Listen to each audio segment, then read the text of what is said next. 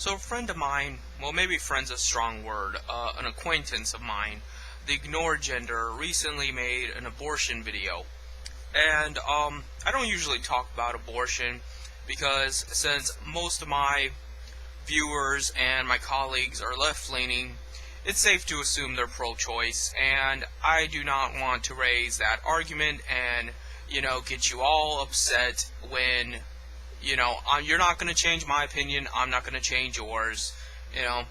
I worry about the things that I can change, that I want to change most of all. And abortion really is not on my mind all that much, so that's why I don't talk about it. The reason why I'm talking about it right now is because this other guy brought it up, and because it gives me an opportunity to talk about even more controversial subject matters, and to bring a new moral system onto the table, to bring a new perspective, and to bring something that you're not going to hear for probably anywhere else. And before I get into that thing I want to talk about, first I will talk about abortion, and about how both sides are bourgeoisie arguments. The pro-choice side of my body, my choice, my dick, that screams bourgeoisie. It screams the entire principle of ownership. Just because you own yourself does not make you any less of a slave. It's still ownership. It's still this idea that you have to prove you own yourself by, taking advantage of some other living thing. And it's wrong. On the other hand, the pro-life say that the women have a responsibility to have the child. That's a nice word. Responsibility. They love that word, don't they? They love that idea that you have a duty, you have an obligation to uphold, to society, to your country, to God. It's always something. You always have something to prove. You're never good enough just the way you are. You always have to do something else to prove you're good enough not to be looked down upon, not to be, enslaved, not to be humiliated and degraded. So that's what bothers me about the pro-life. They're not upset about the fact that people are wrongfully dying. If they were, they'd be upset all the time, because guess what? People are always wrongfully dying. They're upset about the fact that women are not upholding their role in life, their societal role, their, whatever. They're not upholding the values that they think are the most important good, and they're upset that they're not taking responsibility for their actions. What the fuck does that even mean? So that's what bothers me. And I personally, I don't like abortion, because I used to be a lot more militantly pro-life than I am now. I'm gonna get that out there. I'm sure someone's gonna dig up some shit on me, and you will see that, yes, at one time I was militantly pro-life. And I will explain to you why. Because I always thought that, with every child comes a situation. With every human life comes a lottery ticket. And to get us out of this mess, we should scratch off every single lottery ticket we can. No matter how many criminals are born, no matter how many just useless pieces of shit are born, it's degrading to our entire species to not let every single one of them be born and possibly gamble our way out of this predicament. There's nowhere to go but up. But as time goes on, it doesn't really seem to work that way. It doesn't seem to think like it's going to be the magic couple of people that are scientists and wonderful and intelligent that are going to get us out of this mess. Because if they were, they would have done it by now. Because there are intelligent people.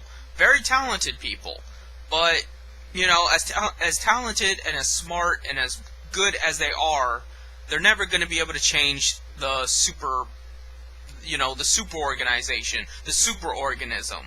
The only thing that'll do that is the superorganism itself, or if we rival that superorganism with another. And so thus, it doesn't matter either way if a really good person was born or not. So essentially humans are cannon fodder. So essentially cynicism has what's reduced my militant pro-life beliefs. And, but I still don't think it's alright. And I'm gonna go into, I know I'm just like jumping between topics here, but personally, I only think you have the right to do something if you're willing to eat that thing. If you're willing to eat flesh of a living thing, I think you have more of a right to kill it. Like me, I would eat people's flesh. I'm not above cannibalism, so I think I have more of a right to say whether or not I would kill something, even my own child, than other people. Because other people would be like, ew, cannibalism, that's wrong. Why? Why is it wrong to eat people but not to kill people? And don't give me that shit about how a fetus is not a real person or anything. Why can you go to war and kill people? Why can you execute people, but you can't fucking eat people? It's just a slab of meat. That's all it is. Once you lose your sentience, you are just a fucking husk of flesh and blood. Why can't you eat them? You know? I understand that human beings probably aren't the most sanitary lot. I would definitely have to boil the hell out of that shit. But if I was hungry enough, I'd eat a person. And hopefully they'd be dead first and I wouldn't have to kill them. But I'm going to put it this way. If it comes down to me or them, it's going to be them. And you know, that's the thing that gets me about the pro-life and vegans. How they both want to lecture you and shame you into being what they are, you know, pro-life and vegan. And they're not paying attention to the institutions. People that eat meat are not at fault for the meat industry. If there was no meat industry, there would be no eating of meat. Or there would, but not nearly as much. Not nearly as to the extent, and it would not be nearly as offensive and disruptive. So why not go after the meat industry? No one's going to bitch at you and bother you about that. No one's going to try to stop you. And at the very least, you don't have to hear the snide, repetitive remarks of, you know, I like cheeseburgers. It's your problem. If you don't want to eat meat, don't. You know? You don't have to hear that because you're going after the industry itself. And you know what? A lot of pro-meat eaters might back you up, considering the fact that the meat industry is corrupt. It's in bed with politicians, and they lobby them like crazy. And the fact that the meat industry doesn't give a fuck about our health, and, you know, puts all this bullshit in the food, so most people would back you up on that. And then you could take down the meat industry, and with it 90% of meat production, and then, while not everyone would be vegan, there'd be a lot less killing of cows and piggies or whatever other animal you do not want to see die. Same applies to abortion. If you don't like abortion, I'm not telling you to go out and argue with pro-choicers. I'm not telling you to try to use religion or to use just shame to try to get your personal family to be pro-life. What I'm telling you is to go after the industry. If you went after the industry, there'd be no abortions, or there would just be far less. And the abortion industry is just as corrupt. They don't give a fuck about women. They don't give a fuck about anything. They want to make money. And they use people's politics, and they use people's fantastic, romanticized visions of how the pro-life want to take away our right to choose, and blah, blah, blah. They use all that to fortify their money-making scheme. You know? You think Planned Parenthood gives a fuck about the women they give abortions to? No. They're not spending their entire lives working on women's issues and trying to help women out in their personal daily lives. They're not there holding their hand and, you know, helping them pay the bills and shit. They're there to run a business. And that's exactly what they do. And they know that the best way to run a business is to get people to believe in the cause, and that way they protect you, they give you money, and they treat you like you're some kind of Christ-like figure. You know, no one that's pro-choice wants to speak ill of Planned Parenthood because they exemplify abortion rights. And the funny thing is, then they turn around and say, Planned Parenthood's only about, like, 1% about abortion. Well, then why the fuck are you so worried about Planned Parenthood going down in flames? What would it matter if Planned Parenthood was shut down tomorrow if abortion really isn't their main thing, and you're an abortion rights activist? You know? Yeah, they do provide cheap, affordable, or sometimes even free contraceptives to women. So they're a contraceptives rights institution, not necessarily an abortion rights institution. I understand that.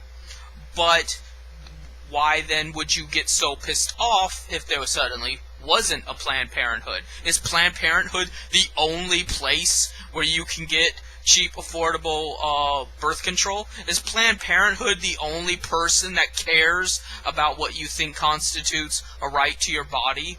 No. But they exemplify it. They've worked hard to exemplify it. That way people protect them, and that way people act like they're a sacred cow to, abortion rights. And I see all that. And that's what pisses me off. Not the abortion issue in and of itself.